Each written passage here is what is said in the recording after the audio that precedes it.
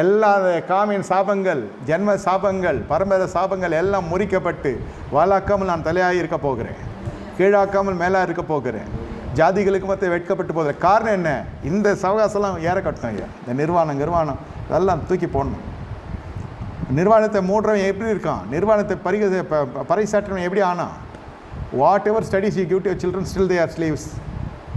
Where ever you work, still you are slaves. எங்கே வேலை செஞ்சாலும் அடிமை தானே. எவ்வளோ படிப்பு கொடுத்தாலும் சரி, அவன் அடிமைத்தனம் இருக்கான். ஏன்? வேற ஒரு அடிமைத்தனத்துக்கு தன்னை விட்டு போட்டுட்டான், தான் இறுதிய இச்சைக்கு போயிடுச்சு.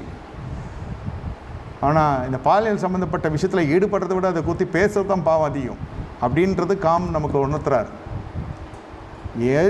நோவாக்கு வந்த கோத்தில் சபிச்சிட்டான். அதுதான் இந்த பாலியல் சம்மந்தப்பட்ட விஷயம், இந்த வேசித்தன விபச்சாரம், இதிலெல்லாம் டோன்ட் டெஸ்ட் அண்ட் ட்ரை, விலகி ஓடுங்கள்னு வேதம் சொல்லுது.